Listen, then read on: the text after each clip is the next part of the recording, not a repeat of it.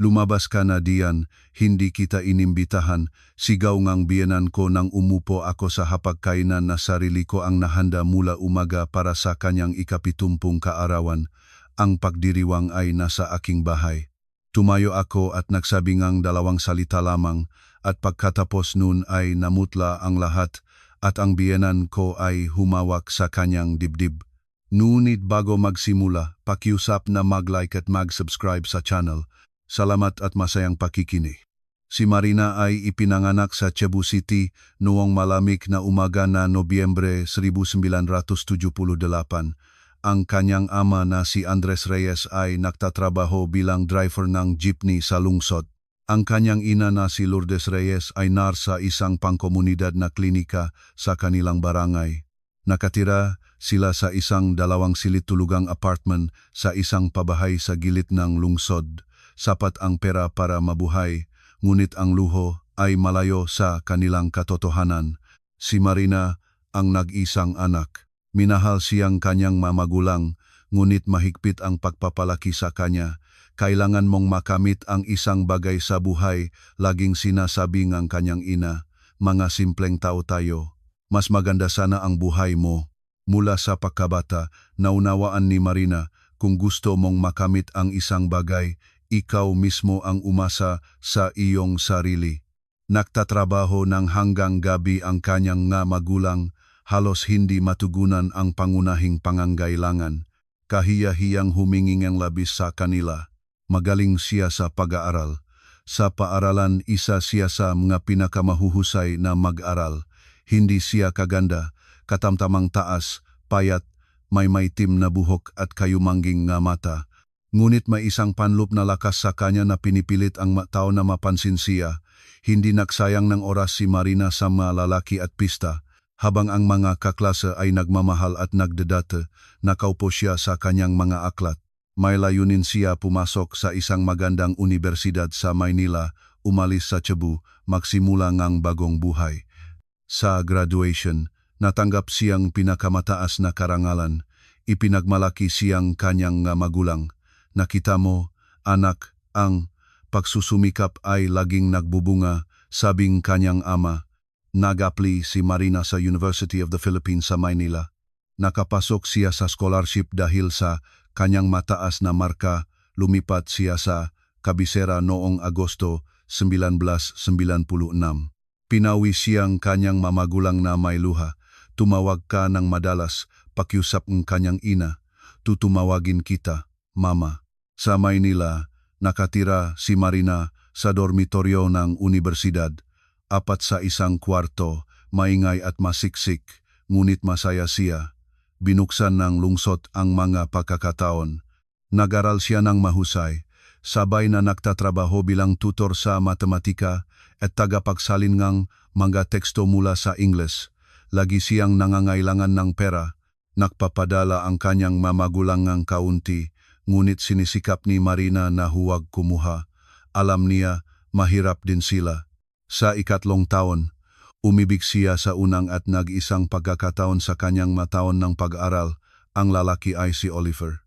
Nag-aral siya sa abogasya, matangkad maganda, mula sa isang mayamang pamilya.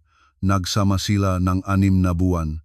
Dinala ni Oliver siya sa mga mamahaling restaurant, nagbigay ng mga bulaklak. Naramdaman ni Marina na siya ay isang prinsesa, ngunit isang araw ay ipinakita niya siya sa kanyang ina. Tinitigan ng ina si Marina ng may pahamak. Oliver, sigurado ka ba? Mukhang ordinaryo naman siya. Nanigas ang magkamao ni Marina, ngunit nanahimik siya.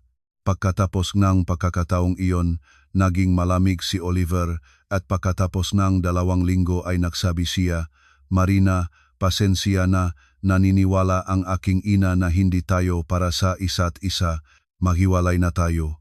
Hindi umiyak si Marina, tumango lamang at umalis, ngunit sa loob niya may nabali, naunawaan niya sa mundong ito, mahalaga ang pera at katayuan, ang pag-ibig ay luhong mayayaman. Mula noon, hindi na siya nagmahal. Pag-aral, trabaho, karera iyon lamang ang mahalaga. Pagkatapos ng universidad, tinanggap si Marina bilang trainee sa isang malaking multinasyonal na kumpanya. Nagtrabaho siya ng walang hinto mula alas 8 ng umaga hanggang alas 10 ng gabi, walang pahinga sa katapusan ng linggo. Pagkatapos ang isang taon, na-promote siya bilang analyst. Pagkatapos ang 2 taon pa bilang senior analyst, lumalaki ang suweldo. Nagupa si Marina ng apartment, nag-impok ng pera, nangangarap na bumili ng sariling tirahan sa Maynila, sa sentro, para hindi na siya magdepende pa sa sinuman. Tumawag ang kanyang magulang tuwing linggo. Marinahin, kailan ka na mag-asawa? Tanong ang ina. Hindi ko alam, Mama, walang oras. Paano walang oras? 38 ka na. Mama, may karera ako. Ang pag-aasawa ay maaring maghintay. Bumubuntong hininga ang ina, ngunit hindi nagpipilit. Matiyaga si Marina. Kapag nagpasya na siyang isang bagay, imposibleng kumbinsihin. Sa 32 taong gulang, naging pinunong departamento si Marina. Umabot na ang sweldo sa antas na maari na siyang mag-isip tungkol sa pagbili nga apartment. Isang buwan siyang nahanap ng angkop hindi sa periferya, hindi maliit, hindi masyadong mahal. Nahanap niya ang isang opsyon sa Makati. Isang condominium unit ng 50 metro kuwadrado sa ika-4 na palapak ng isang gusali mula noong panahon ng Commonwealth. May mataas na kisame at mga detalyeng klasiko. Ang presyo ay nasa itaas ng kanyang kakayahan, ngunit umibig si Marina dito sa unang tingin. Kumuha siyang maliit na utang, idinagdag ang kanyang ipon, at binili ang condominium. Sa 34 na taong gulang, naging may-ari siyang tirahan sa sentrong Maynila. Dumating ang kanyang nga magulang para sa pagdiriwang. Lumakat ang ama sa mga silid, umiling ang kanyang ulo. Anak, ikaw ay kahanga-hanga, kaya mong makamit ang lahat sa pamamagitan ng iyong sarili. Umiyak ang ina sa kaligayahan. Ipinagmamalaki kita, niyakap ni Marina sila. Salamat na pinalaki ninyo akong malakas. Pagkatapos ang kanilang pag-alis, umupo siya sa durungawan na tumitingin sa gabi-gabi na Maynila. Nandito na ito kaligayahan, sariling kondominium, karera, kalayaan. Hindi na siya nangangailangan ng lalaki, hindi na nangangailangan ng pamilya. Siya ay ganap, ngunit ang buhay, tulad ng alam nating lahat, ay mahilig sa mga sorpresa. Isang taon pa ang lumipas, sa 35 taong gulang si Marina, nakilala niya si Constantino. Nangyari ito sa isang corporate event. Ang kumpanya ay nagdiriwang ng ika-10 anibersaryo nito, nagren ng isang ballroom sa isang hotel sa Makati, nag-imbita ng mga kasosyo, mga 200 tao, musika, alak. Si Marina ay nakatayo sa tabi ng bintana, pagod, ininom ang kanyang baso ng red wine. Inuot siya ng mga ganitong kaganapan pekeng mangiti, walang laman na usapan, pagkukunwari. Napoput ka rin ba sa mga ganitong partido? Narinig niya ang isang boses sa tabi niya. Lumingon si Marina. Nakatayo sa tabi niya ang isang lalaki na mga 40 taong gulang, matangkat, may magandang mukha at matalinong na mata. Depende sa kung kanino ako nag-usap, sumagot siya. Constantino Santos. Iniabot niya ang kanyang kamay. Pinunong IT Department sa Teknolohiya and Kinabukasan. Marina Reyes, pinunong Financial Department ng Fera Group. Nag-usap sila. Si Constantino ay lumabas na isang kawili-wiling kausap matalino, may magandang sense of humor, walang pagmamataas. Nakuwento siya tungkol sa trabaho, sa mga proyekto, tungkol sa pagod niya sa corporate na pamumuhay. Kasal ka ba? Tanong niya. Hindi. Ikaw? Hiwalayan 3 taon na ang nakakaraan. Mga anak? Wala. Hindi na kami nakarating doon. 2 oras silang nag-usap. Pagkatapos ay tinanong ni Constantino, "Mari bang imbitahan kita sa hapunan bukas?"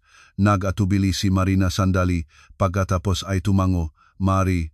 Nagsimula silang lumabas. Si Constantino ay iba, hindi siya nagsikap na magpakita. Hindi naghambog, hindi nagpilit. Naroon lamang siya, kasiya-siya, maasahan, tahimik. Pagkatapos na 6 na buwan ay nagsabi siya, "Marina, gusto ko na tayong magsama-sama." Nag-isip siya, ang magsama, paabutin ang isang tao sa aking espasyo. May mga kondisyon ako, sabi niya. Pakinggan ko, una ito ang aking kondominium, hindi ko ikaw isasama sa mga dokumento, naintindihan ko. Pangalawa, marami akong trabaho, hindi ako magulat kung saan at kanino ako kasama. Sige. Pangatlo, kung may hindi gusto, maaari kang umalis ng walang gulo. Tumingin si Constantino sa kanya.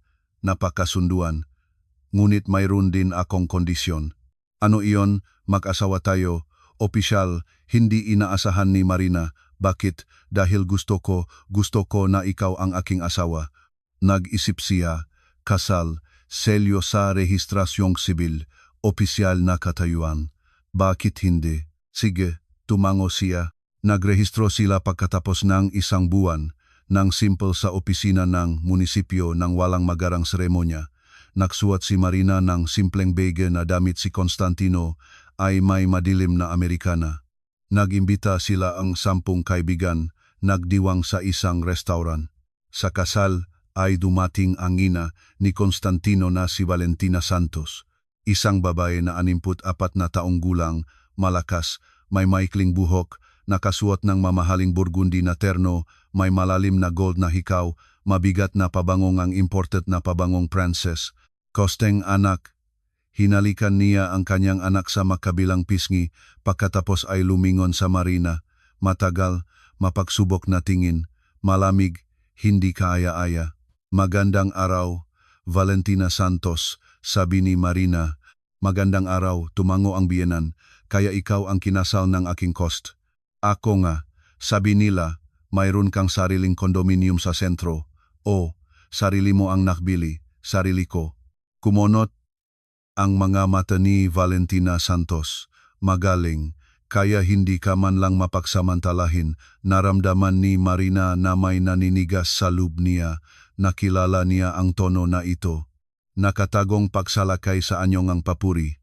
Valentina Santos, ganyan ba kayo palaging nakikipausap sa mga manugang? Nagbangon ang makilaing biyanan. Ano? Tinatasa? Sinisiyasat? Parang produkto sa palengke? Nag-imbestigahin lamang ako.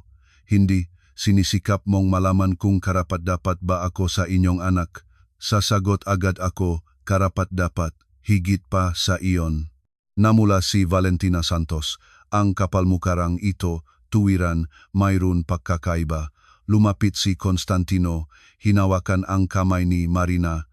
Nanay, tama si Marina, walang pagsusuri. Sige, nginusan ng labi ang biyenan, ngunit nanahimik.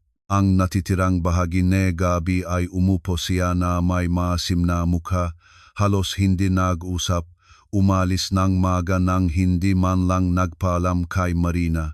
Nagagalit siya, sabi ni Constantino sa kotse. Bahala siya, hindi ko titiisan ang kabastusan. Marina, siya ang aking ina. At ano, nagbibigay ba ito sa kanyang karapatang suriin ako? Nag-alala lang siya. Constantino, pakinggan mo ako ng mabuti. Lumingon si Marina sa kanya, hindi ako sa mga natitiis ng biyanan. Kung ang iyong ina ay magsisimulang makialam sa ating buhay, ihihinto ko siya agad ng matibay. Handa ka ba para dito? Nagpalipas oras siya. Handa, sa palagay ko. Sa palagay ko ay hindi sagot. Oo, hindi. O, handa. Mabuti. Tandaan ang pag-usap na ito. Lumipat si Constantino sa kondominium ni Marina kinabukasan pagkatapos ang kasal. Naglinis siyang kalahating closet, naglaan ng shelf sa banyo, espasyo sa pintuan. Nakakaramdam akong nasa tahanan, sabi niya. Salamat. Ang maunang linggo ay hindi karaniwang nangyayari. Umuwi ka sa trabaho, may nasa bahay. Kailangan mong isaalang-alang ang iba't ibang schedule, iba't ibang ugali, ngunit hindi nananalig si Constantino. Kung nakita niyang pagod si Marina, hindi siya nanggugulo, nagbuhos lamang ng alak at nag-iwan sa kanya. Pinahahalagahan ni Marina iyon, baka maari pala ito. 3 buwan ang nakalipas ng tahimik. Si Valentina Santos ay hindi nagpakita, tumawag lamang kay Constantino 1 beses sa 1 linggo. Kausap niya ito ng 10 minuto, pagkatapos ay ibibigay ang telepono. Kumusta si nanay? Tanong ni Marina. Ayos, nagrereklamo na nag-isa siya. Mayroon ba siyang mga kaibigan? Mayroon, ngunit kulang sa kanya. Nanahimik si Marina. Naramdaman niya ang katahimikang ito bago ang unos. At tunay nga, isang Sabadong umaga, nang kalmadong nag-aalmusal sila ni Constantino, may tumawak sa pintuan. Binuksan ni Marina. Sa pintuan ay nakatayo si Valentina Santos na may malalaking bag. Magandang umaga, Marinahin. Pupunta na ko sa inyo. Nandito ba si Costa? Hindi umurong si Marina sa pintuan. Valentina Santos, hindi ba kayo nagbigay ng babala? Naku, ano ba iyan? Hindi naman ako estranyo. Inangasawa mo, pabayaan mo na akong makapasok, mabigat tumayo, hindi. Nagtaka ang biyenan. Anong ibig sabihin ng hindi? Ibig sabihin, hindi ko kayo papapasukin. Dumating kayo ng walang babala. Hindi kami nahahanda para sa mga panauhin. Kung susunod na beses, magbigaying babalang isang araw. Paalam, isinara ni Marina ang pinto. Sa likod ng pinto ay narinig ang galit na sigaw. Paano siyang nangahas? Costa, Costa, buksan mo. Lumabas si Constantino mula sa kusina. Anong nangyari? Ang iyong ina ay dumating ng walang babala. Hindi ko siya pinasok. Namutla siya. Marina, siya ang aking ina. Alam ko. At dahil dito dapat siya gumalang sa ating mga hangganan. Ngunit malayo siyang naklakbay. Isang tawag ng isang araw ang malulutas ng problemang ito. Constantino, nagbabala na ako. Hindi ko titiisan ang mga hindi inaanyayahang panauhin kahit ang iyong ina pa iyan. Masyadong matigas ka. Konsistente ako. Alinman ang mga patakaran ay gagana para sa lahat o hindi gagana. Lumabas si Constantino sa pasilyo. Narinig ni Marina kung paano siya nahinging ang tawad sa kanyang ina, kung paano umiyak ang ina at inakusahan ang manugang. Pagkatapos ang 20 minuto, bumalik siyang malungkot, umalis ang nanay, nagalit. Tawagan siya sa susunod na beses upang magbigay ng babala. Marina, hindi mo naiintindihan. Mag-isa niya akong pinalaki. Walis ang ama ng 5 taong gulang pa lamang ako. Inialay niya ang buong buhay niya para sa akin. Ang pinili niya iyon, hindi ko. Ngunit hindi ko siya maaring tanggihan ng ganon. Hindi kita hinihingi na tanggihan siya. Hinihiling ko na magtakda normal na mga hangganan. Maari siyang bumisita, ngunit sa kasunduan, hindi bilang may-ari, kundi bilang panauhin. Piniga ni Constantino ang kanyang mukha sa mga kamay. Sige, makikipag-usap ako sa kanya. Tinawagan niya ang kanyang inang gabi. 1 oras ang usapan. Narinig ni Marina ang mga piraso. Nanay, naintindihan mo ba? Hindi. Siya masama. Kailangan lang magbigay ng babala. Nanay, huwag kang umiyak. Nang ilagay niya ang telepono, mukha siyang pagod. Ano? Tanong ni Marina. Pumayak siya. Magbibigay ng babala. Magaling, ngunit lubos siyang nagalit. Sinabi niyang inilalayo mo siya sa akin. Bumuntong hininga si Marina. Constantino, wala akong ginagawa. Pinipigilan ko lamang ang paglabag sa aking mga hangganan. Kung ang iyong ina ay naniniwala na paglayo iyon, problema niya iyon. 2 linggo ang lumipas. Si Valentina Santos ay hindi tumawag. Nagtatampo siya, sabi ni Constantino. Hayaan siyang mapanatag, tatawag siya. At tunay nga, pagkatapos ng 1 buwan ay tumawag siya, ngunit hindi kay Constantino, kundi kay Marina ng direkta. Marina, ito si Valentina Santos. Kailangan nating mag-usap. Tungkol sa ano? Hindi sa telepono. Magkita tayo. Pumayak si Marina. Nagkita sila sa isang kainan sa ermita. Nakaupo si Valentina Santos na may batong mukha. Nandito na ako, sabihin mo na. Umupo si Marina sa harap niya. Inilalayo mo ba ang aking anak sa akin? Hindi. Pinipigilan ko lamang kayong makialam sa aming buhay. Ina niya ako, may karapatan ako, wala kayong karapatang iyon. Si Constantino ay isang may sapat na gulang na lalaki, may asawa, mayroon siyang sariling pamilya. Sa palagay mo ba pamilya ka niya? Mag-isa ko siyang pinalaki, lahat ako para sa kanya. Tumingin sa kanya si Marina, Valentina Santos, maging matapat tayo, hindi ninyo mapakawalan ang inyong anak.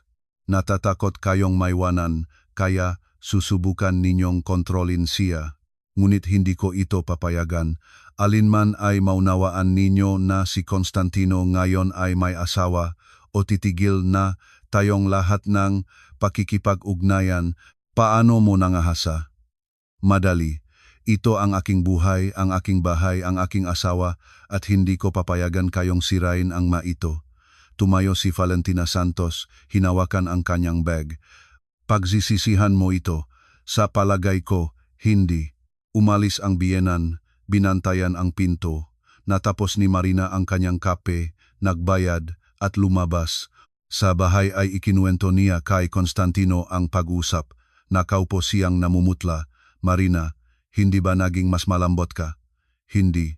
Sa ganitong nga tao ang kalambugan ay nakikita bilang kahinaan. Ngunit siya ang aking ina. Inulit mo ito parang dasal. Constantino, naunawaan mo ba?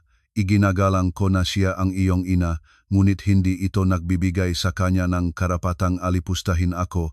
Hindi niya kita ng alipusta niya. Sa tuwing sinisikap niyang itakda ang mga patakaran sa aking bahay, nag-away sila. Unang beses sa buong kasal, lumayo si Constantino sa kanya, pumunta sa ina, bumalik pagkatapos ng 2 araw. Ano, nakausap mo ba ang nanay? Tanong ni Marina. O, sinasabi niyang kinamumuhi ka niya. Kinamumuhi ko siya. Pinipigilan ko lamang ang manipulasyon. Marina, baka naman pinapalaki mo ito. Hindi naman kasi ganon kasama si nanay. Constantino, umupo si Marina sa harap niya. Kung hindi mo nakikita ang problema, hindi ibig sabihin na wala itong umiiral. Ang iyong ina ay nakakalason. Binibigatan ka niya at bibigatan pa siya hanggang hindi ka nagtatakdang matibay na mga hangganan. Hindi ko kayang maging matibay sa kanya. Ibig sabihin, pinipili mo siya. Hindi ako. Marina, huwag kang mag-ultimatum. Hindi ito ultimatum, ito ay katotohanan. Mag-isip ka. Nag-isip siyang 1 linggo. Nakita ni Marina kung paano siya nag-aatubili, nasira, ngunit hindi tumulong. Ang pagpili niya iyon at pinili niya ang ina. Patawad, Marina, hindi ko maaring pumili sa inyo, sabi niya habang nagtitipon ng kanyang magamit. Napili mo na, sumagot siya. Inayos nila ang diborsyo pagkatapos ng 4 na buwan ng walang iskandalo, ng walang paghati nga ari-arian. Ang kondominium ay sa kanya, wala silang naipong kasamahan. Naiwang mag-isa si Marina at nakaramdam ng kaginhawaan. 39 na taong gulang na si Marina nang makilala niya si Igor Lebedov. Siya ay 8 taon na mas matanda sa kanya, pangkalahatang direktor ng isang kumpanya ng konstruksyon. Matalino, matagumpay, malaya. Nagkakilala sila sa isang business conference. Lumapat si Igor sa kanya sa pahinga. Nakikinig ka ba sa ulat tungkol sa mga estratehiya sa pananalapi? O, iyon ang aking espesyalidad. Igor Lebedov. Iniabot niya ang kamay. Marina Reyes. Nag-usap sila. Lumabas na marami silang pagkakatulad. Pareho silang workaholic. Parehong nagpapahalaga sa kalayaan. Parehong nagdiborsyo. Maana? Tanong ni Igor. Wala. Ikaw? Wala rin. At ayaw ko. Gumit si Marina. Sa wakas ay isang lalaking hindi nangangarap ng supling. Nagsimula silang lumabas. Si Igor ay iba. Hindi siya nangangailangan. Hindi nagpipilit. Hindi nakikialam sa kanyang buhay. Mayroon siyang sariling apartment, sariling buhay, sariling interes. Marina, gusto ko na makilala mo ang aking ina, sabi niya pagkatapos ng 6 na buwan. Nanaligas ang puso ni Marina, muli ang ina. Bakit? Nais niyang makilala ka. Seryoso naman tayong nagdedate. Igor, mayroon akong mapait na karanasan sa biyenan. Ang aking ina ay hindi ganun. Nangako ako, pumayag si Marina ng may pag-alangan. Ang pagkikita ay sa isang restoran. Ang ina ni Igor na si Telma Reyes ay lumabas na isang kayaayang babae na 67 taong gulang. Magino, magalang, hindi mapanghimasok. Natutuwa akong makilala ka, Marina. Marami, si Igor ang nagsalita tungkol sa iyo, ganun din. Nag-usap sila ngang isang oras. Nagtatanong si Telma Reyes tungkol sa trabaho, mga interes, ngunit hindi nakialam sa personal, hindi pumuna, hindi naksuri. Nang magpaalam sila, sinabi ni Telma Reyes, Marina, masaya ako na nakilala ng anak ko ang ganitong katalinong babae. Umaasa akong magiging masaya kayo. Huminga ng malalim si Marina, isang normal na biyenan sa wakas. Pagkatapos ng isang taon ay nagpakasal sila ni Igor. Ang kasal ay simpleng seremonya, walang magarang pista. Lumipat si Igor sa kondominium ni Marina, ngunit agad silang nakasundo, sariling espasyo para sa bawat isa, walang kontrol, paggalang sa personal, namga hangganan. Si Telma Reyes ay bumibisita minsan sa isang buwan, lagi siyang nagbibigay ng babala, hindi nagpupumilit, umaalis sa tamang oras. Nagpapasalamat si Marina sa kanya. Napagayos ang buhay, ngunit pagkatapos ng 3 taon ay may nangyari na hindi inasahan ni Marina, tumawag sa kanya ang isang hindi kilalang babae. Marina Santos, magandang araw, ang pangalan ko ay Stephanie. Ako ang pangalawang asawa ni Constantino Santos. May kumirot sa loop ni Marina. Constantino, unang asawa, magandang araw. Anong kailangan mo? Maari ba tayong magkita? Lubos kong kailangan ang iyong payo. Pumayag si Marina sa pagkamangha. Nakita sila sa isang kainan. Si Stephanie ay lumabas na isang mahinhin na blondeng babae na mga 30 taong gulang, may pag-iyak na mga mata. Marina Santos, hindi ko alam kung ano ang gagawin. Si Valentina Santos, sinisira niya ang aming kasal. Ngumiti si Marina. Pamilyar na kwento. Pumupunta siya araw-araw, pinupuna ang lahat, kumukuha ng utos. Hindi makasabi ni Kostang hindi. Anong gusto mo sa akin? Payo, paano mo nakayanan siya? Wala. Umalis ako. Umiyak si Stefania. Ngunit mahal ko si Costa. Ang pagmamahal ng walang paggalang ay walang kabuluhan. Kung pinapayagan niyang alipustahin ka ang kanyang ina, hindi ka niya iginagalang. Ngunit anong gagawin ko? Alinman ay sumunod at tiisin ang buong buhay. O umalis, wala nang iba. Umalis si Stephanie na wasak. Naisip ni Marina, nandun na ito, ang bungang kahinaan. Nagpakasal muli si Constantino at muli ay ang parehong kwento.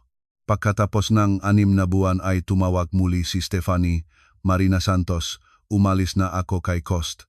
Salamat sa inyo. Para saan? Para binuksan ninyo ang aking mga mata, naunawaan ko na ganun hindi maaring mabuhay. 45 taong gulang na si Marina nang inanunsyo ni Telma Reyes. Mga bata, karawan ko sa Disyembre, 70, gusto kong ipagdiwang. Tutulungan ba ninyo akong ayusin? Nagpalitan ng tingin si Marina at Igor. Siyempre nanay, anong gusto mo? Tanong ni Igor. 3 hanggang 40 panauhin dito sa inyo, sa inyong condominium maluwag naman. Naninigas si Marina. 40 tao sa kanyang condominium. Ngunit hindi parang si Valentina Santos, si Telma Reyes. Sige, tumango si Marina. Aayusin natin. Marinahin, salamat, ngunit tutulungan kita. Magluluto tayo ng magkasama. Darating ako ng maaga. Iyon ang pagkakaiba. Nag-aalok si Telma Reyes ng tulong, hindi ibinubuhos ang lahat sa manugang. Nagsimula silang maghanda. Nagkompos ng listahan ng mapanauhin, menu, ipinamamahagi ang lahat. 2 araw bago ang pagdiriwang, dumating si Telma Reyes kasama ang 3 niyang kaibigan. Naglunsad sila ang tunay na culinary operation sa kusina. Marina, ikaw ang mga salad, kami ang inihurnong pagkain, si Igor ang pamimili. Nagtatrabaho silang makasama, masaya si Marina. 15 araw ng Disyembre, sa araw ng kaarawan, handa na ang lahat 2:00 ng hapon. Nagsimulang dumating ang mga panauhin, mga kamag-anak ni Igor, mga kaibigan ni Telma Reyes, mga kapitbahay. Sa alas 3 ay nagtipon-tipon ng 38 tao, lahat ay umupo sa hapagkainan, nagbigay ng toast si Igor. Mahal na nanay, binabati kita sa iyong ikapitumpung kaarawan. Ikaw ang pinakamahusay. Salamat sa pag-aalaga sa akin at sa palaging paggalang sa aking mga pagpili. Lahat ay uminom, nagsimulang kumain, mainit ang kapaligiran. Nagahatid si Marinang mga pagkain, nagbubuhos ng alak. Pagod siya, ngunit masaya. Matagumpay ang pagdiriwang. At nang kumakain na ang lahat ng mainit na pagkain, maalas 5 ng hapon, may kumatok sa pinto. Binuksan ni Marina. Sa pinto ay nakatayo si Valentina Santos, matanda na, yumuko na, ngunit may parehong matulis na tingin. Magandang araw, Marinahin. Narinig ko na may pagdiriwang kayo, maari ba akong pumasok? Nanigas si Marina sa loob. Hindi kayo inimbitahan. Bakit naman? Pumunta lang ako para bumati. Valentina Santos, lumabas na kayo. Naku, may mabuting hangarin naman ako. Sinubukan ng biyenan na makapasok sa tabi niya. Hinarangan ni Marina ang pinto. Sinabi ko, lumabas na kayo. Lumabas si Igor sa pintuan. Anong nangyari? Lumingon si Marina, si Valentina Santos, ang dating biyenan ko, dumating ng walang imbitasyon. Nanlabyo si Igor. Babae, umalis na kayo. Hindi kayo inimbitahan. Sino ka para magutos sa akin? Ang may-aring bahay. Umalis na kayo o tatawagan ko ang security. Kumunot ang mukha ni Valentina Santos, ngunit umalis, na nakbubumungat ng masumpa. Isinara ni Marina ang pinto, huminga ng malalim. Okay ka ba? Tanong ni Igor. Nakakaasar lang. Kalimutan na natin, bumalik tayo sa mga panauhin. Nagpatuloy ang pagdiriwang, ngunit hindi na mapagpahinga si Marina. Sa gabi ay umalis ang makapanauhin, niyakap ni Thelma Reyes si Marina. Salamat anak, pinakamabuting kaarawan sa aking buhay. Masaya ako na matagumpay ang lahat. Nang umalis ang lahat, naglinis si Marina at Igor. Sino si Valentina Santos? Tanong niya. Ina ng aking unang asawa, isang halimaw, sinira ang aming kasal. Kaya ba natatakot ka sa mga biyenan? Hindi ako natatakot, pinoprotektahan ko ang aking ngahangganan. Kung ang iyong ina ay ganon, hindi kita pinakasalan. Niyakap siya ni Igor. Naging normal ang aking ina dahil nung bata pa ako ay nagtakda ako ngahangganan, sabi niya.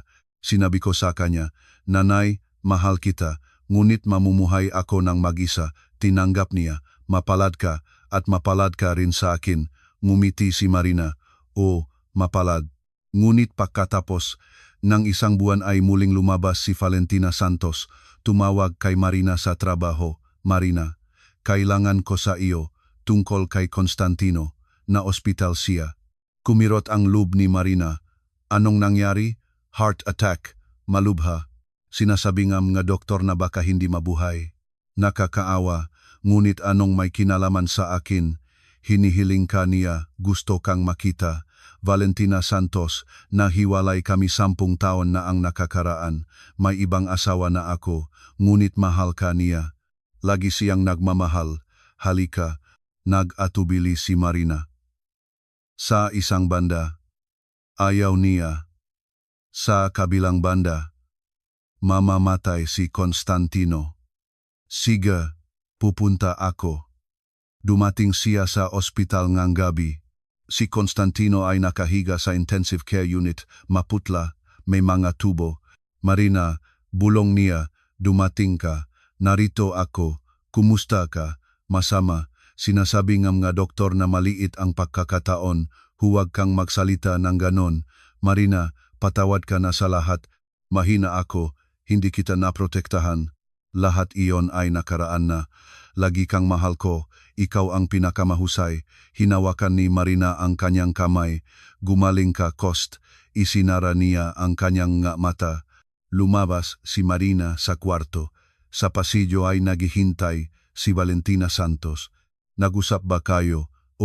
Hiniling niya sa iyo na manatili. Hindi, nagpaalam na lamang siya. Nagsisinungaling ka. Alam ko, mahal ka niya. Gusto kang ibalik. Valentina Santos, kailangan kayong magpigil. Hindi ako magpapigil.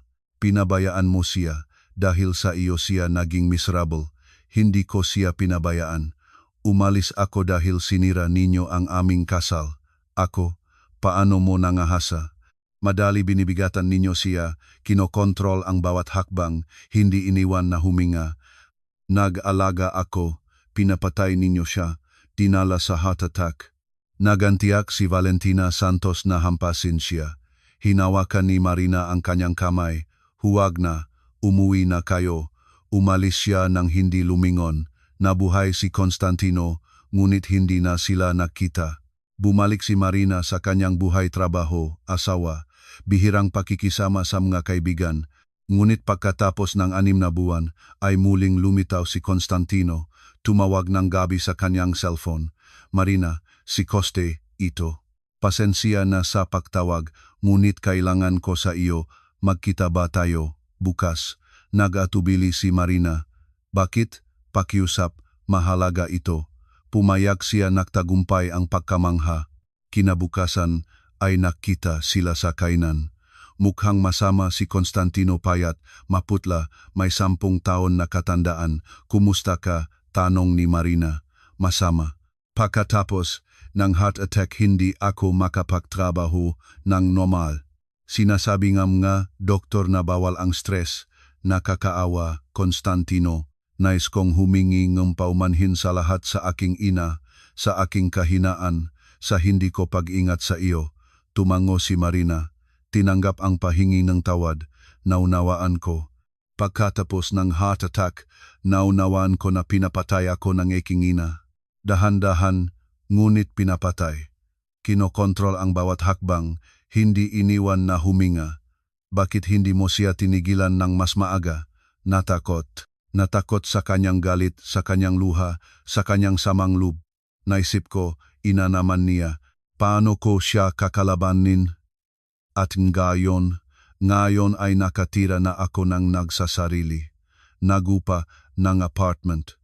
Ang nanay ay tumatawag araw-araw, umiyak, hinihiling na bumalik, ngunit hindi na ako bumabalik.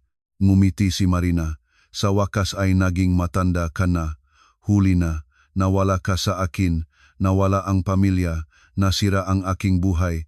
Coste, lahat iyon ay nakaraan na. Alam ko, gusto ko lang sabihin tama ka. Sa lahat ng bagay, patawad. Nagpaalam sila. Umuwi si Marina, inisip, ang ilang tao ay natututo mula sa mga pagkakamali ng labis na huli. Si Igor ay nakihintay sa bahay. Kumusta ang pagkikita? Normal. Humingi siyang tawad. At anong naramdaman mo? Wala. Nakaraan na ito. Iba na ako. Niyakap siya ni Igor. Mabuti, kalimutan mo na. Nalimutan ni Marina. Nakpatuloy ang buhay. Ngunit pagkatapos ngang 1 taon ay muling lumabas si Valentina Santos. Pumunta sa trabaho ni Marina. Tumawag ang sekretarya. Marina Santos, may babae na pumunta para sa inyo. Sinasabi niyang kamag-anak ninyo. Naninig si Marina. Paano siya kamukha? Mga 60, may uban, masamang mukha. Valentina Santos. Sabihin mo wala ako. Sinasabi niyang maghihintay siya. Buminuga si Marina. Kailangang harapin ito. Lumabas siya sa reception. Nakaupo si Valentina Santos sa sofa. Anong kailangan ninyo? Mag-usap sa isang lugar. Walang oras ako. Hanapin mo, mahalaga ito. Dinala ni Marina siya sa opisina. Isinara ang pinto. Magsalita na kayo. Umupo si Valentina Santos. Tinitigan siya niya matulis ng mata. Mamamatay na si Coste. Natihilan si Marina. Ano? Cancer. Late stage. 3 buwan ang ibinibigaying madoktor. Nakakaawa sa akin. Hinihiling ka niya. Gusto kang makita bago mamatay. Umiling si Marina. Valentina Santos, nahiwalay kami 12 taon na ang nakakaraan. May asawa na ako, may ibang buhay. Ngunit lagi kang kanyang minamahal. Ikaw ang nag-iisa. Kung ako ang nag-iisa, bakit siya nag-asawa ng 2 beses pa? Kumawe si Valentina Santos. Iyon ay wala. Mga pabigat, ikaw ang tunay. Ang tunay ay hindi niya naprotektahan mula sa inyo. Paumanhin, ngunit hindi ako pupunta. Walang puso. Mamamatay ang tao. Nakakaawa sa lahat, ngunit hindi ko siya matutulungan. Kaya mo, pumunta ka, makasama siya ng huling nga araw. Hindi, mayroon akong asawa, pamilya. Tumayo si Valentina Santos, itinuturo kay Marina. Pinapatay mo siya, naririnig mo, pinapatay. Kayo ang pumatay sa kanya ni inyong pag-aalaga, kontrol, pagmamahal. Umalis na kayo. Hindi ako alis. Pinindot ni Marina ang pindutan sa telepono. Security, ihatid po ang bisita. Pagkatapos ngang, 1 minuto ay pumasok ang 2 guardia. Lumaban si Valentina Santos, sumigaw, ngunit inilabas siya. Umupo si Marina sa mesa, tinatakpan ang kanyang mukhang makamay, mamamatay si Constantino. Wala siyang nadamang kasiyahan, malungkot lamang. Nang gabi ay ikinuwento niya kay Igor. Siguro pumunta ka pa rin, tanong niya. Bakit? Para magpaalam, para hindi magsisi. Nag-isip si Marina. Hindi ko alam, ikaw ang magpasya. Wala akong tutol. 3 araw siyang nag-isip, pagkatapos ay tumawag kay Stephanie, pangalawang asawa ni Constantino. Stephanie, si Marina ito.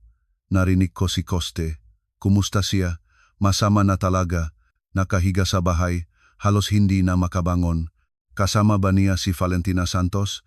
O hindi siya iniwan ng kahit 1 minuto, nagpapakain, nagpapaligo, nag-aalaga. Naintindihan ko. Iparating mo sa kanya na nag-iisip ako sa kanya. Pumunta ka ba? Hindi ko kayang gawin. Ibinaba ni Marina ang telepono. Hindi siya pupunta. Ayaw niyang makita si Constantino na namamatay, ni si Valentina Santos na nagtatagumpay. Pagkatapos ng 1 buwan ay tumawag muli si Stephanie. Namatay si Costa. Kailan? Kagabi sa gabi sa pagtulog. Kumusta si Valentina Santos? Shock. Sinasabing ayaw ng mabuhay, na ang anak ang lahat-lahat para sa kanya. Bumuntong hininga si Marina. Kailan ang libing? Sa Makamakalawa, 2:00 ng hapon sa libingan ng mga bayani. Salamat. Hindi alam ni Marina kung pupunta sa libing. Sa isang banda, biyenan niya siya dati. Sa kabilang banda, napakaraming taon na ang nakalipas. Pumunta ka, sabi ni Igor. Kung hindi, masisisi ka. Pumunta siya ng mag-isa. Ang libing ay simple nga 20 tao. Si Valentina Santos ay nakatayo sa tabing kabaong, nananahoy ng walang tigil. Nakatayo si Marina sa gilid, tinitigan si Constantino sa kabaong. Mukhang mapayapa siya, sa wakas ay malaya. Pagkatapos ng seremonya, ay lumapit si Valentina Santos sa kanya. Dumating para manood, para magpaalam. Pumatay ka sa kanya, naririnig mo, pumatay. Tumingin sa kanya ng kalmado si Marina. Hindi. Ginawa ninyo iyon ngang inyong nakamamatay na pagmamahal, control, pressure. Hindi ninyo pinabayaang mabuhay siya at namatay siya, nagantiyak si Valentina Santos. Hinawakan ni Marina ang kanyang kamay. Tama na, sapat na ang nagawa ninyo. Umalis siya sa libingan nang hindi lumingon. Sa bahay ay niyakap siya ni Igor. Kumusta? Normal. Malungkot lang. Bakit? Dahil maaring sana mas matagal siyang nabuhay kung wala ang kanyang ina. Kalimutan mo na, hindi na ito ang iyong kwento. Tumango si Marina. Hindi na. Lumipas ang 1 taon, 46 na taong gulang na si Marina. Ang buhay ay kumikilos ng maayos, kalmado. Ngunit minsan sa trabaho ay may lumitaw na batang babae, mga 20 taong gulang, maganda, nag-alala, Marina Santos. Ang pangalan ko ay Olivia. Ako ang 3 asawa ni Constantino. Naktaka si Marina. 3 asawa? Hindi niya alam na nag-asawa pa siya muli. Magandang araw. Anong may tutulong ko? Gusto kong makausap kayo tungkol kay Valentina Santos. Naglahad ng babala si Marina. Anong nangyari? Pinersigya niya ako, tumatawag araw-araw, pumupunta sa aming bahay, sinasabing ninakaw ko ang kanyang anak, na isa akong salarin sa kanyang kamatayan. Sandali lang, ngunit namatay si Cost 1 taon na ang nakakaraan. Ngunit nakisamahan ko siya ng huling 6 na buwan ng kanyang buhay. Nagpakasal kami 1 buwan bago siya mamatay. Hindi alam ni Valentina Santos at nang malaman niya, sobra siyang nagalit. Bumuntong hininga si Marina. Muli ang parehong kwento. Olivia, hindi ko kayo matutulungan. Ngunit dahil nakilala ko rin siya, sasabihin ko, tumakas kayo mula sa kanya ng lalong malayo. Ngunit paano? Palitan ang telepono. Lumipat. Palitan ang trabaho. Kung hindi ay bibigatan niya kayong tulad ng pagbigat niya sa akin, kay Choste sa lahat ng iba pa, hindi ko kaya. May trabaho ako dito, mga kaibigan. Kaya ang magtiis. O pumunta sa pulis. Magsumitang reklamo tungkol sa pag-usig. Sinubukan ko na. Sinasabi nila na hindi ito krimen. Umiling si Marina. Kaya ang magtiis o tumakas. Wala ng iba. Umalis si Olivia na umiyak. Naisip ni Marina, ang multo ni Valentina Santos ay mang-usik sa lahat ng babaeng may kaunayan kay Constantino hanggang sa huling araw ng kanilang buhay. Gabi ay ikinuwento niya kay Igor. Siguro may magagawa ka, tanong niya. Ano? Walang silbi ang makipag-usap kay Valentina Santos. Wala siyang naririnig na sinuman, kaya wala kang gagawin, pumayag si Marina. Ngunit pagkatapos ng 1 buwan ay muling lumabas si Olivia. Marina Santos, tulungan ninyo ako. Nagsampa siya ng kaso sa hukuman, nais niyang ipahayag na walang bisa ang kasal. Sinasabi niyang si Cost ay may sakit sa isip noong kasal. Bumuntong hininga si Marina. At ano? Itinalaga na hukom ang eksaminasyon. Kung ipahayag na walang bisa ang kasal, mawawala ang aking pamana. Ngunit buntis ako kay Costa. Nanigas si Marina. Buntis. Alam ba niya? Hindi. Nalaman ko 1 linggo pagkatapos ng kanyang kamatayan. Nag-isip si Marina. Ang anak ni Constantino, ang apo ni Valentina Santos. Alam na ba niya? Hindi. Natatakot akong sabihin. Natatakot na makuha niya ang anak. Tumayo si Marina, lumapit sa bintana. Olivia, bibigyan kita ng isang payo, ang nag-iisa, pakinggan mo ng mabuti, nakikinig, mag-asawa ka ng iba ng lalong madali, hayaang ipanganak ang bata sa bagong kasal, irehistro siya sa bagong asawa. Kaya hindi maaring mag-angkin si Valentina Santos, ngunit pandaraya iyon, kaligtasan, piliin, umalis si Olivia. Hindi alam ni Marina kung susundin niya, ang payo. Pagkatapos ng 6 na buwan ay aksidenteng nalaman niya. Nagpakasal si Olivia sa kanyang kasamahan sa trabaho. Pagkatapos ng 1 buwan ay nanganak ng lalaki. Wala itong natuklasan si Valentina Santos. Naisip ni Marina. Mabuti, kahit isang bata ay naiwasan ang mga kukong babaeng iyon. Lumipas pang 2 taon. 47 taong gulang na si Marina, 50 taon si Igor. Ang buhay ay nagpapatuloy ng walang pagbabago, trabaho, bahay, bihirang paglalakbay.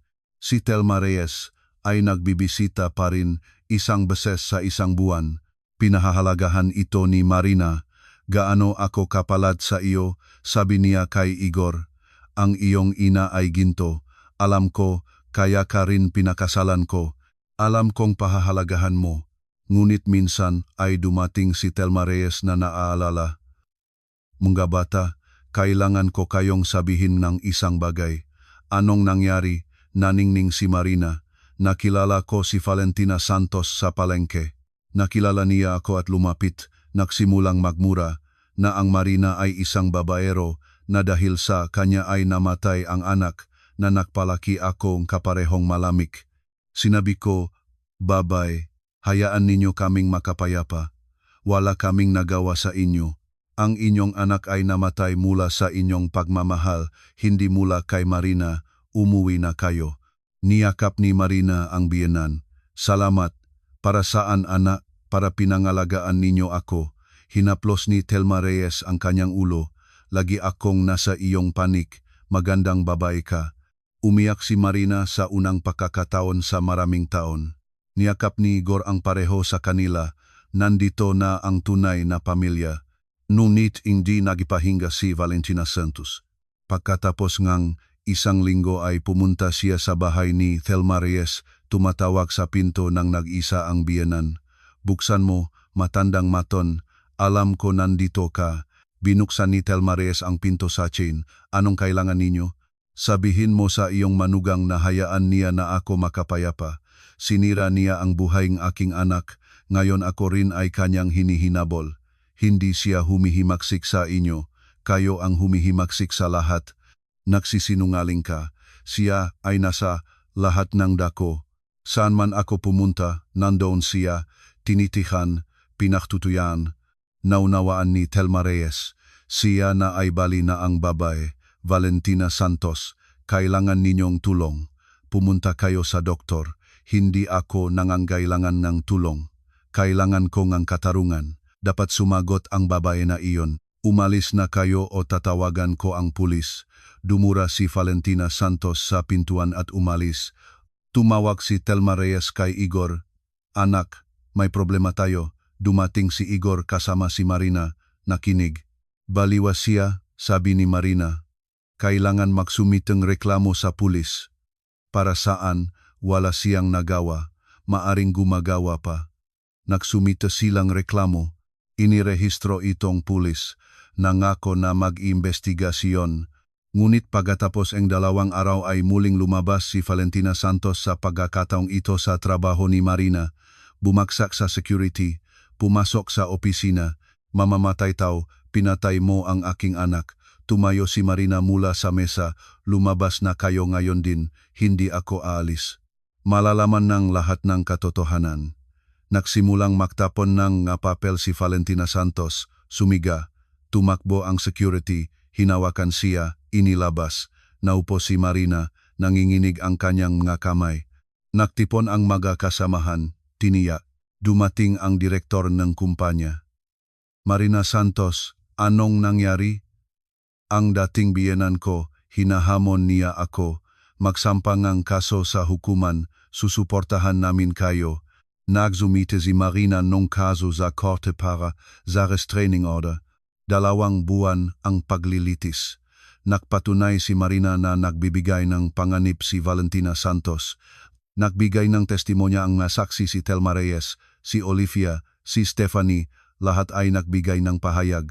Nagdesisyon ang hukom ipinagbawal si Valentina Santos na lumapit kay Marina nang mas malapit sa 100 metro. Huminga ng maluwag si Marina. Ngunit pagkatapos 1 buwan ay nilabak ni Valentina Santos ang utos, naghintay kay Marina malapit sa bahay. Sa palagay mo ba poprotektahan ka ang hukuman, hindi poprotektahan? Tinawag ni Marina ang pulis, hinulok si Valentina Santos, pinarusahan, ngunit hindi siya huminto, bumalik ng muli at muli. Sa tuwing may multa, ngunit nakbabayat siya at bumabalik. Napagod na si Marina ng psikolohikal, moral, pisikal. Hindi ko na kaya, sabi niya kay Igor, bibigatin niya ako. Anong gagawin natin? Hindi ko alam. Nag-isip si Igor, siguro lumipat sa ibang lugar, sa ibang lungsod, ibang bansa. Umiling si Marina, tumakas sa kanya buong buhay o magtiis. Nagpasya silang lumipat, naibenta ang kondominium, bumili ng bahay sa lalawigan, malayo sa Maynila, malayo kay Valentina Santos. Lumipat sila ng tahimik, nang hindi sinasabi kaninuman.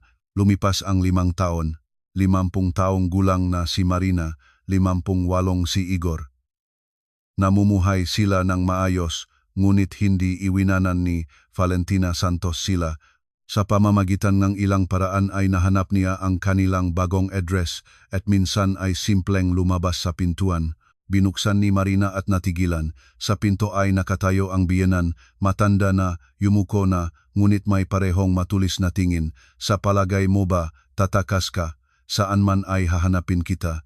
Lumabas na kayo ngayon din, hindi aalis.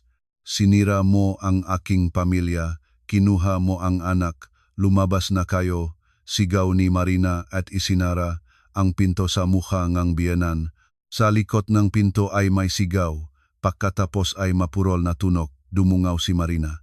Si Valentina Santos ay nakahiga sa pasilyo, hawak-hawak ang kanyang dibdib, mabigat na humihinga. Igor, tumawag ang ambulansya, sigaw ni Marina. Dumating ang ambulansya pagkatapos ngang 15 minuto. Kinatibayan ng mga doktor ang kamatayan heart attack. Nakatayo si Marina sa gilid, natigilan, patay na si Valentina Santos. Namatay mismo sa kanyang pintuan. Hindi ito kasalanan mo, sabi ni Igor. Ngunit hindi maiwaksi ni Marina ang pakiramdam ng pagkakasala. Lumipas ang 1 linggo, hindi makatulog si Marina, hindi makakain, lagi niyang iniisip ang eksenang iyon. Pinatay ko siya, bubulong niya. Hindi, namatay siya mula sa sariling sakit niya. Ngunit pinalayas ko siya mismo ang pumunta, ikaw ay naktatanggol. Ngunit hindi iniwan ng pakiramdam ng pagkakasala si Marina at minsan ay nagsabi si Igor, Marina, sawa na ako rito. Sa ano, mabuhay sa takot, lagi na lang mag-iingat, lumipat, magtago. 60 taong gulang na ako, pagod na. Natigilan si Marina. Anong iminumungkahi mo? Magiwalay, bago pa lumala. Kumuyom ang puso ni Marina. Iniwan mo ba ako? Hindi kita iniwan. Hindi ko na lang talaga kayang ganito mabuhay. Patawad. Inayos nila ang diborsyo pagkatapos ng 3 buwan. Nang payapa, walang iskandalo. Umalis si Igor sa Davao sa kapatid niya. Naiwang mag-isa si Marina sa bahay. Pagkatapos ng 6 na buwan ay naibenta niya ang bahay at bumalik sa Maynila. Bumili ng maliit na apartment sa periferia. Nagsimula ang buhay muli. Lumipas ang 1 taon. 51 taong gulang na si Marina. Sa trabaho ay lumabas ang bagong empleyado si Dimitrio Hernandez. 62 taong gulang, pinunong legal department. Matangkad, may uban, tahimik. Nakita sila sa isang pulong. Nagbigay nga ulat si Dimitrio tungkol sa mga bagong batas. Maingat na nakinig si Marina. Nagsalita siya ng malinaw, walang kalabisan, isang profesional. Pagkatapos ng pulong ay lumapit siya. Marina Santos, Dimitrio Hernandez, kinagagala kong makilala kayo. Ganun din, kahangahangang naunawaan ninyo ang pananalapi. Nabasa ko ang inyong maulat. Salamat. Mahusay din kayong abogado. Nagsimula silang makipag-ugnayan sa trabaho, mga dokumento, konsultasyon, makasamang nga proyekto. Si Dimitrio ay isang kaya-ayang tao, magalang ngunit hindi mapanghimasok, matalino ngunit walang pagmamataas. Kasal ka ba? Tanong niya minsan sa tanghalian sa corporate canteen. 2 beses nagdiborsyo, ikaw, biyudo. Namatay ang asawa, 5 taon na ang nakakaraan mula sa cancer, nakakaawa. Salamat, nakayanan ko na, nakpapatuloy ang buhay, mga anak na babay, nakatira sa Amerika, may asawa, 2 apo. Namimiss mo ba sila? Siyempre, ngunit bumibisita sila 1 beses sa 1 taon. May video call naman, tumango si Marina. Naintindihan ko. At ikaw? Tanong ni Dimitrio. Walang anak, walang oras, nagsisisi ka ba? Nag-isip si Marina, minsan, ngunit walang pagpipilian, karera o pamilya? Pinili ko ang karera, at nasisiyahan ka ba sa pagpili? Hindi ko alam. Tanungin mo ako pagkalipas ng 10 taon, ngumiti si Dimitrio. Sige, tatanungin kita. 3 buwan silang nakita. Matanghalian sa canteen, minsan mahapunan pagkatapos ng trabaho, mapag-usap tungkol sa buhay, trabaho, maplano. Marina, gusto kitang imbitahan sa teatro, sabi ni Dimitrio. Sa teatro? Oh, sa Chekhov. Gusto ko si Chekhov. Sabado en gabi. Sige. Pumunta sila Sabado. Ang palabas ay magaling. Pagkatapos ay uminom ng kape sa isang kainan. Nagustuhan mo ba? Tanong ni Dimitrio. Napakaganda. Masaya ako. Marina, nagugustuhan ko kang kasama. Gusto kong malaman hindi ako nagmamadali, ngunit kung gusto mo, handa na ako para sa relasyon. Tumingin sa kanya si Marina, 62 taon. May uban, tahimik, maasahan, walang mga paghahalaga, walang ina na makikialam sa buhay. Dimitrio, pagod na ako sa mga relasyon. 2 diborsyo na ang likod ko. Ayokong ikatlo, naintindihan ko. Ngunit maari tayong simple lang na makita ng walang maobligasyon. Tingnan kung paano magiging. Nag-isip si Marina. Bakit hindi nga? Sige, subukan natin. 6 na buwan silang nakita ng walang pagmamadali, walang pressure. Pumupunta si Dimitrio sa kanya isang beses sa isang linggo. Naghapunan sila, nag-usap, minsan ay nagpapaywan ng gabi. Naramdaman ni Marina ang kapayapaan, walang drama, walang iskandalo, magre-reseta ng mga gabi lamang ng dalawa. Marina, gusto ko na makilala kang aking anak, sabi niya minsan. Nanigas si Marina, muli ang pagkikita sa mga kamag-anak. Bakit? Darating siya sa loob ng 2 linggo. Gusto kong matukoy niya ka, Dimitrio. Natatakot ako sa na hindi niya ako tatanggapin. Nasasabihin niya, anong gustong matanda sa aking ama? Natawa si Dimitrio. Marina, 62 ka, hindi ka matanda, at ang aking anak ay 35. Siya ay makatuwiran. Ang pagkikita ay sa isang restoran. Ang anak ni Dimitrio na si Loren ay lumabas na isang kaya-ayang babae. Payat, may maliwanag na buhok, may malambot na ngiti. Natutuwa akong makilala ka, Marina. Marami si tatay ang nagsalita tungkol sa iyo, ganun din. Nag-usap sila ng 1 oras. Nagtatanong si Lorraine tungkol sa trabaho. Maynila, nga plano, Marina, masaya ako na nakilala ni tatay ka. Pagkatapos ng kamatayan ni nanay, nag-iisa siya. Natatakot ako para sa kanya. Naintindihan ko, mabuting tao ka, nakikita ko ito. Ingatan mo siya. Tumango si Marina, sisingilin ko. Nang magpaalam sila, niakap siya ni Lorraine. Salamat na nandito ka. Huminga ng maluwag si Marina. Isang normal na anak, hindi halimaw. Kumusta? Tanong ni Dimitrio sa kotse. Napakahusay, napakagandang si Lorraine. Sinabi ko na. Nagpatuloy silang magitan ng maayos, maingat, walang pagmamadali. Lumipas ang 8 taon. 59 na taong gulang na si Marina, 62 si Dimitrio. Marina, mag-asawa na tayo, sabi niya. Natigilan siya. Bakit? Gusto ko na opisyal tayong makasama. Dimitrio, 2 beses na akong nagdiborsyo. Hindi na ako naniniwala sa kasal. Ngunit naniniwala ako. Sa 3 beses, magiging habang buhay. Saan nanggagaling ang katiyakang iyon? Dahil nasa tamang gulang na tayo, alam na natin kung ano ang gusto natin. Walang ilusyon. Nag-isip si Marina. Sa isang banda, nakakatakot. Sa kabilang banda, bakit hindi? Sige, ngunit may mga kondisyon. Ano yon? Marriage contract. Ang mga apartment ay nananatili sa atin. Pumayag, hiwalay na budget. Sige, kung may hindi magiging tama, walang drama, napakasunduan.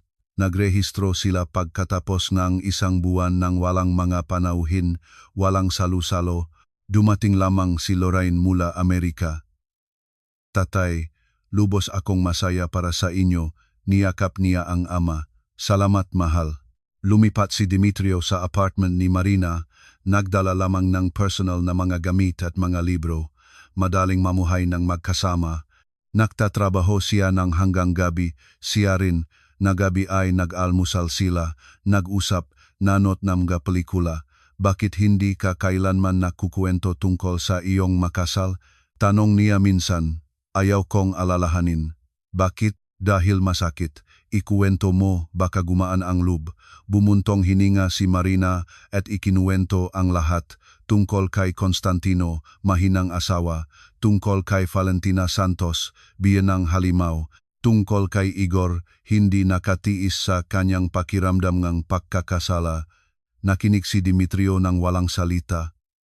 Nang matapos siya, niyakap niya siya. Marina, wala kang kasalanan. Si Valentina Santos ay namatay mula sa sariling galit niya, hindi sa iyo. Ngunit pinaalis ko siya. Tama ang ginawa mo. Dumating siya ng hindi inanyayahan. Ininsulto ka, mayroon kang karapatang magpagtanggol, umiyak si Marina. Sa unang pagkakataon sa maraming taon ay may nagsabi sa kanya, wala kang kasalanan. Hinawakan siya ni Demetrio, hinaplos ang kanyang buhok, bumubulong, okay na ang lahat, kasama mo ako, hindi ka nag-iisa. Mula sa araw na iyon ay naging mas magaan si Marina, nagsimula siyang pakawalan ang nakaraan, lumipas ang 1 taon. Masaya silang makasama trabaho, bahay, bihirang paglalakbay sa bundok na binili ni Demetrio sa Tagaytay. Marina, mag-resign na tayo, iminungkahi niya. Bakit? 61 taong gulang na tayo. Panahon na para sa pensyon, magpahinga, mamuhay para sa sarili. Anong sa ating dalawa ay pensyon kasama ang ipon. Sapat iyon. Nag-isip si Marina. Tunay nga, bakit magtrabaho? Sapat ang pera, mayroon pa ring kalusugan. Bakit hindi mabuhay para sa sarili? Sige, mag-resign na tayo. Nagbitiw sila pagkatapos ng 2 buwan. Si Marina sa 61, si Demetrio sa 64. Nagsimula ang bagong buhay kalmado, maingat. Umaga almusal sa kusina, pagkatapos ay paglalakad sa parke, tanghalian, pagbabasa ng nga libro, gabi sine o teatro, tuwing katapusan ng linggo Tagaytay. Nakaramdam si Marina kaligayahan sa unang pagkakataon sa maraming taon. Demetrio, salamat sabi niya minsan, para saan? Sa iyong pagiging nandito, sa pagtanggap, sa akin ngang ganon ako. Mahal kita, Marina, kasama ang lahat ng iyong mapaklat. Naupo sila sa balaybayan ng bahay sa Tagaytay, uminom ng tsaa, tinitingnan ang paglubog ng araw. Lumipas ang 3 taon. 63 taong gulang na si Marina, 66 si Demetrio, at minsan isang umaga, hindi nagising si Demetrio, heart attack sa pagtulog. Sinabi nga doktor instant na kamatayan, wala siyang naramdamang sakit. Nakaupo si Marina sa tabing ang katawan ng kanyang asawa, hinawakan ang malamig niyang kamay, hindi muli, nag-isa muli. Ang libing ay pagkatapos ng 3 araw. Dumating ang mga kasamahan, mga kaibigan, lumipat si Lorraine mula Amerika. Marina, salamat na ginawa mong masaya si tatay, umiyak si Lorraine. Ginawa niya akong masaya. Pagkatapos ng libing ay bumalik si Marina sa walang laman na apartment, umupo sa sofa, tinitignan ang dingding. 64 na taong gulang, 3 kasal, lahat na tapos. Isa dahil sa biyenan, isa dahil sa pakiramdam ng pagkakasala, 2 sa kamatayan ng asawa. Anong susunod? Tumayo siya, lumapit sa bintana. Ang lungsod ay namumuhay ngang sarili nitong buhay. Ang makotse ay dumadaan. Ang matao ay naglalakad, nagpapatuloy ang buhay, at kailangan din niyang mamuhay. Lumipas ang 1 taon, 64 na taong gulang na si Marina. Namumuhay siya ng mag-isa. Nakikipagkita sa kaibigan na si Kathy, 1 beses sa 1 linggo, pumupunta sa teatro, nagbabasa ng mga libro. Mayroon siyang parabahaging pensyon ni Demetrio ay napunta sa kanya, kasama ang sarili niya, kasama ang ipon. Hindi siya kailangang magtipid. Marina, siguro kumuha kang aso, iminungkahi ni Kathy. Bakit? Para may kasama. Nag-isip si Marina. Bakit hindi? Pumunta siya sa isang animal shelter, pumili ngang isang matandang aso na 10 taong gulang. Isang aso na aspin, may dilaw na balahibo, at malungkot na mga mata. Si Bantay ito, sabi ng empleyada ng shelter. Namatay ang may-ari, hindi kinuhang nga kamag-anak, narito na siya ng kalahating taon. Tumingin si Marina sa aso, tumingin ito sa kanya ng may pag-asa, kukunin ko siya. Lumipat si Bantay kay Marina. Sa unang linggo ay nakaupo siya sa sulok na takot, pagkatapos ay nag-ayon. Nilalakad siya ni Marina ng 3 beses sa isang araw. Naglalakad sila sa parke. Tumatalon si Bantay para sa tira, ngumiti si Marina. Ano Bantay, pareho tayong matanda at nag-iisa. Mamumuhay tayong makasama, sabi niya. Pumipingking ang buntot ang aso. Nagayos ang buhay, walang trabaho, ngunit may gawi nga araw, umaga paglalakad kasama si Bantay. pagkatapos almusal, pagbabasa, tanghalian paglalakad muli, gabi pelikula, bago matulog ikatlong paglalakad. Naramdaman ni Marina na kailangan siya, umaasa si Bantay sa kanya. Lumipas ang 2 taon, 66 na taong gulang na si Marina, tumatawag si Lorraine, anak ni Dimitrio, isang beses sa isang buwan. Marina, kumusta kayo? Kumusta ang kalusugan? Salamat, Lorraine. Ayos naman, siguro pumunta kayo sa amin sa Amerika, hindi ko kayang gawin, walang maiwanan kay Bantay. Naintindihan, ngunit pag-isipan ninyo masaya kami na makita kayo. Nangako si Marina na pag-isipan ito, ngunit hindi nag-isip bakit siya pupunta sa Amerika. Nandito ang kanyang tahanan, buhay, aso. Lumipas pang 1 taon, naging masakit si Bantay.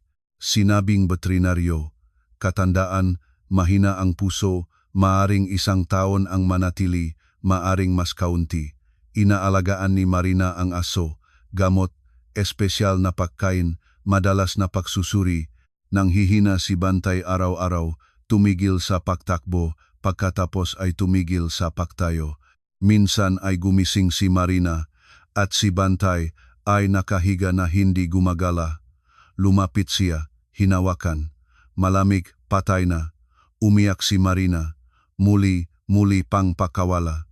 Inilibing niya si Bantay sa bakuran ng bahay sa Tagaytay sa ilalim ng isang punong mangga. Naglagay ng bato na may inskripsyon, Bantay, tapat na kaibigan, bumalik sa Maynila, sa walang laman na apartment.